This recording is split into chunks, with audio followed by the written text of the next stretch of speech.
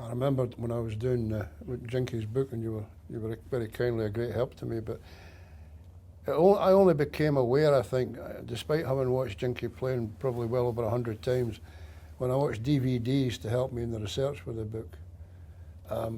Just how great he was. That might sound ridiculous, but you know, we use that expression world class, and it gets bandied about. Yeah. But Jinky truly was world class.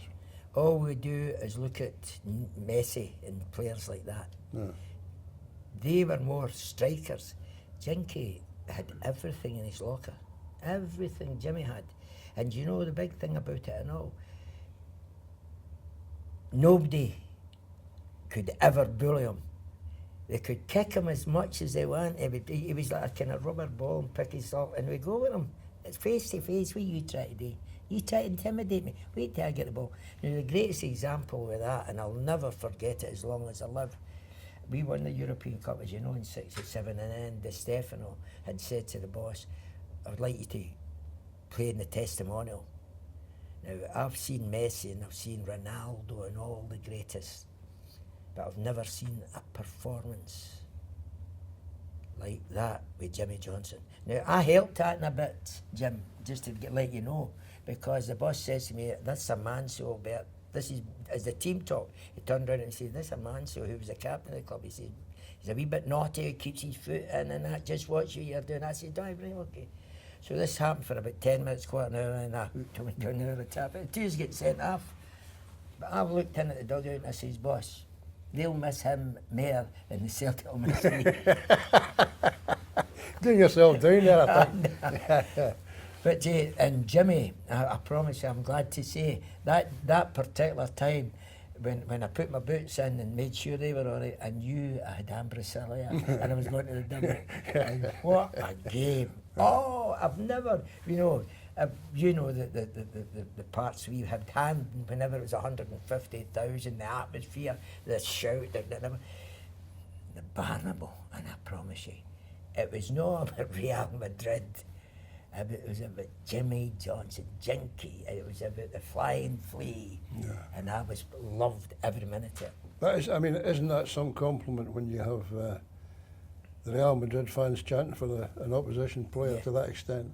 It just shows you how great he was, doesn't it? Yeah, it does, and it just shows you, like Celtic supporters, they appreciate people that go out to entertain. And Jimmy, entertain. I thought the ball was tied to his feet. You know what I mean?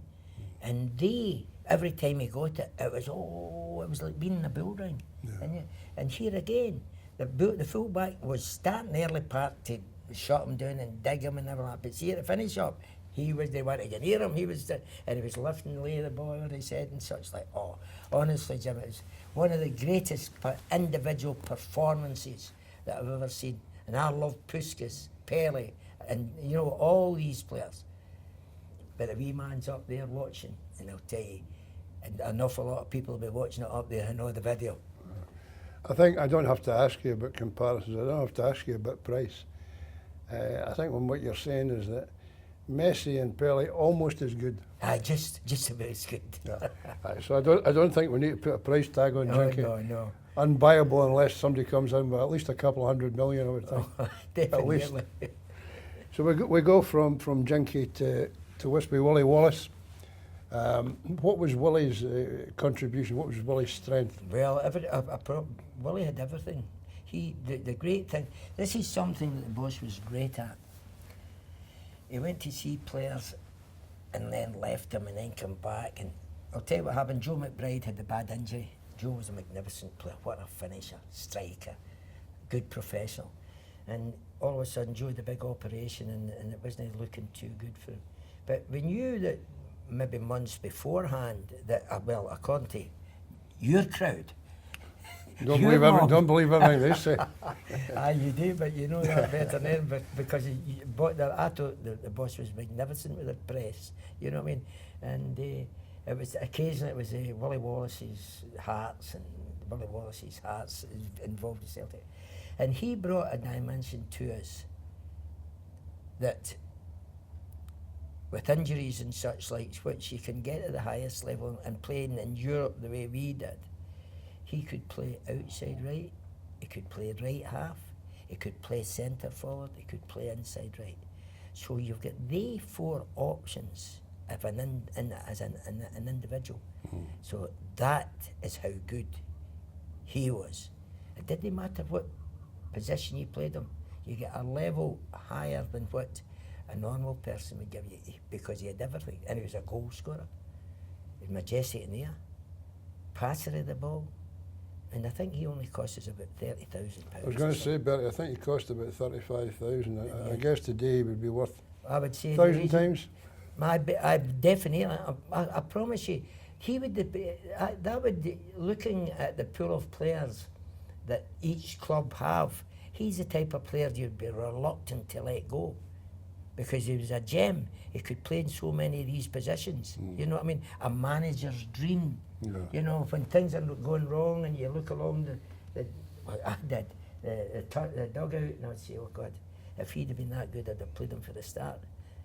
But he had wispies there. And bring in, you know what I mean? That's what you need when you're getting to the stages that Celtic are at, you know what I mean? And do you think, well, Jock must have seen a lot of what you're saying before he even signed him. But I don't think he was I don't think at any time was he ever under pressure, because he knew that there'd be somebody in the reserves that could come in and do a job. Not that he's going to shut the door on him, but he's going to give him a wee bit time to develop. Who can I bring in? And Willie Wallace was that in any position. I mean, Joe McBride had a bad injury. Stevie went through the middle. John Hughes was there. You know what I mean? Things like that, you know. What is there any player currently in football anywhere that reminds you of Willie Wallace at all? Well, see the boy Sinclair. I don't say he's exactly the same, but I watch him and he looks comfortable in the wing, either wing. He comes through the middle, he's comfortable, he scores goals, passes him into net, hits him from outside the box. He's always won it. Well, Willie was that. The only difference between him and Willie was that wee bit of badness in him, the wee bit of aggression in him. But the boy Sinclair hasn't got that, but he's got all the rest of it. Good player, yeah. Then we come to the centre forward, the striker, whatever we want to call him these days, Stevie Chalmers, man who scored the winning goal. Awesome. Pace. He used to chase paper on a windy day in the parks. All the old punters in the terraces and in the jungle, if they ran out of matches, people would knock the ball along and Stevie would run after it. And the audience would go in with a pipe and the grass would be on fire. It was that fast. And what a goal. Yeah. With two of the greatest goals in the history, not of British football. And they were, God, blimey, the two men, tragic. But also, Stevie was a very honest. And here again, Stevie played outside right in the Scottish Cup final in '65. Put in a right good shift. The type of players that give you honesty.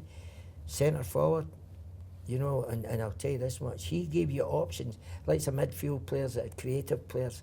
He gave you options because the off-the-ball player is the most important player in any team. And if you have a look at today's team, off the ball, it's awesome. If you were playing today, you would have so many options. You know what I mean? It's magnificent. It's changed. Stevie Chalmers gave you that, and so did, I think, who was one of the greatest strikers, Lennox. I loved him because I was knackered by half time, but he could run for another 45 minutes. Bobby, we'll miss you for the moment. We'll come back to you in a second. But Bobby was a tremendous athlete, wasn't he? I was. And you know something? I never ever heard him at any time complain if the ball was beyond him. He still went to that until such time it was out the park, a throw in a by kick. And he was always available. And did you see how he finished at the end of his career? Everybody, if it was up for sale now, everybody would be after him because he had pace at the beginning, which frightened opposition, got them turning facing their own goal, and he was pushing on to them and making them make mistakes, like the defenders. at the finish shop, he had that still that pace, but it was still the bit of professionalism where he went and checked, and gave himself different and the player on the ball option. And he used to pass them into the net where people would say, "Oh, I didn't kick that properly." It was a pass.